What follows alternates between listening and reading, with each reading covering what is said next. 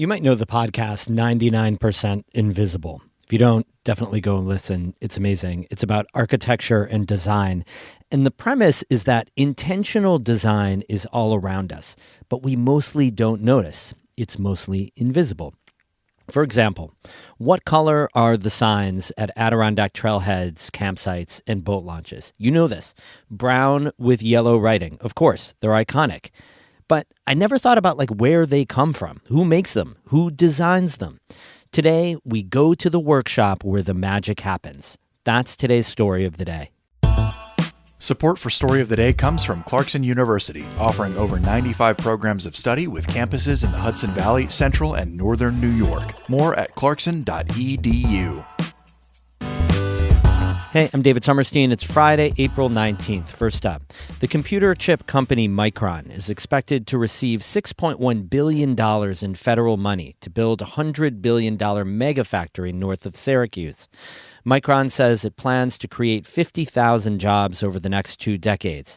Senate Majority Leader Chuck Schumer called the investment transformational. We are rebuilding the economy of central New York and all of upstate, one magical microchip at a time. Schumer says memory chip manufacturing is critical to economic and national security. He says the Micron project will affect economies across the region. There are going to be so many subcontractors and so many suppliers across upstate New York for this huge investment that just about every region will gain. The federal government is putting its money where its mouth is.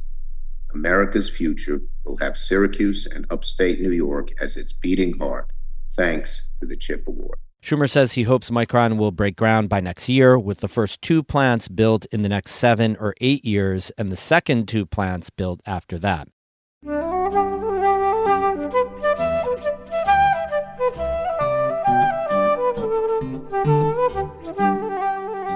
So all those brown and yellow signs in the Adirondacks are made in one place, the DEC sign shop in Northville. Emily Russell traveled to the Southern Adirondacks to give us a peek. Our guide today is George Bailey. He's the supervisor here at the DEC sign shop. And he begins our tour where the signs begin their journey. We're coming down here. This is our carpenter shop. So I tell everybody this is where everything starts here at the DEC office. Bailey walks past big piles of boards and scraps of wood. He says they try to use as much local lumber here as possible. Say the DEC opens a new boat launch somewhere in the Adirondacks. They'll send an order for a new sign here to get made in Northville. And then we take and we'll figure out what we're going to need for materials.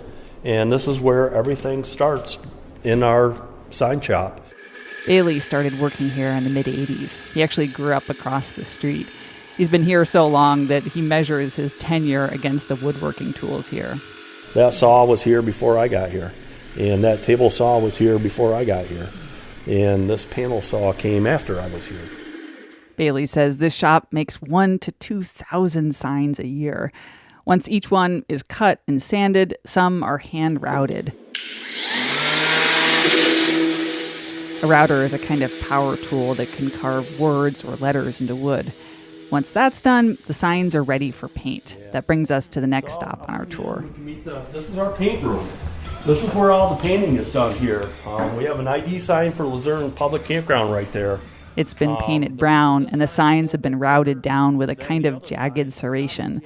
The letters are stuck on with yellow vinyl. There's a big printer here that produces sheets of vinyl letters and numbers. Andy Liccardi is working on a stack of numbered signs to hang at campsites. He starts with a sharp blade. We cut them out of this big sheet of vinyl. Then we weed out all the vinyl.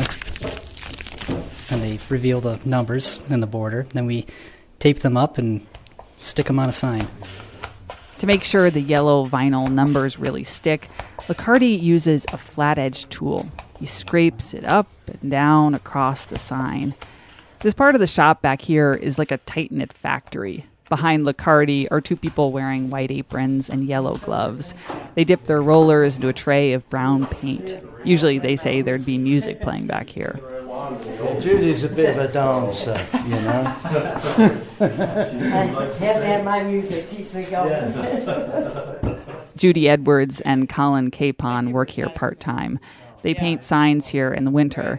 And in the summer, they mow lawns and pick up trash at the local DEC boat launches. Capon and Edwards both say the staff here is great and the gig is good. It's outdoors in the summer.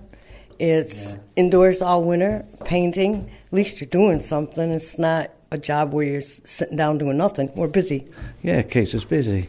Keeps us off the streets. There's something really unique about this place.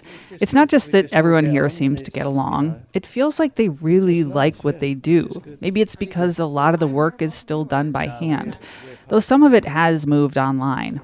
The next stop on our tour is a little office near the paint shop. Emily, this is Patrick. Patrick's hard at work. He's probably working on some layout. What are you doing on the computer there, Pat? Show Emily what you're doing. Patrick Edwards is working on a campsite map, using software to fill in the missing pieces.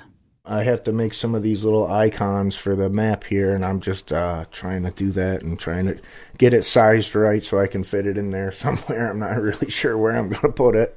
Those icons will show where things like the restrooms and the showers are. They'll then get printed in vinyl and stuck onto the large wooden campsite map. Edwards grew up in Northville. His dad was a supervisor here back in the 80s. Edwards says he's learned a lot over the years from his own supervisor, George Bailey, like what makes a good, effective sign. Layout and design really matters. It's something you don't really think about a lot, and thankfully George has been here to kind of teach me and train your eye for that sort of thing. If you think about it, there's a big difference between a good sign and a bad one. A clear, simple, well-designed sign can make sure hikers stay on the trail. They can point people in the right direction for boat launches and canoe carries. The final stop on our tour is a big machine just outside George Bailey's office. And this here is going to change a lot of what we do. Bailey is standing by a massive router the size of a ping pong table. It's got blue levers at one end and a large carving device hovering over the middle. It's a machine router, something that Bailey says will change how signs here take shape. It's going to be like we won't be hand routing this stuff. We won't be hand cutting this stuff. This router should do all that stuff. It should take and do all these serrations on all these boards. Before you think a machine router will take jobs or make people here obsolete, Bailey says that's just not going to be the case. This is a small shop. The handful of people here do a lot of different jobs. We wrap up the tour in Bailey's office, where a big sign shaped like the Adirondack Park sits. Patrick Edwards spent about a month putting it together. Bailey looks at it and is clearly proud of the work. To me, that's just a beautiful job. I mean, I hate the fact that it's going to have to leave my office here someday, but Pat did a beautiful job on that. And, when I leave, Pat will be taking over for me, and just like I took over for his dad. Traditions run deep in the shop. Some will change when the machine router comes online, but a lot will stay the same. Like wooden signs, this shop will likely be around for decades to come. Emily Russell, North Country Public Radio, Northville. I can't tell you if we've reached our spring fundraiser goal of $315,000 because I recorded this a few hours ago. I hope we already did. But I can tell you, thanks. Your generosity is making local journalism possible. What you hear every day on Story of the Day. And it's not too late to join in the effort. Give at ncpr.org/give. Every dollar matters. Thank you so much. Music today by I Am Snow Angel of Lake Placid and Martha Gallagher of Keene. Have a super weekend. I'm David Summerstein, North Country Public Radio.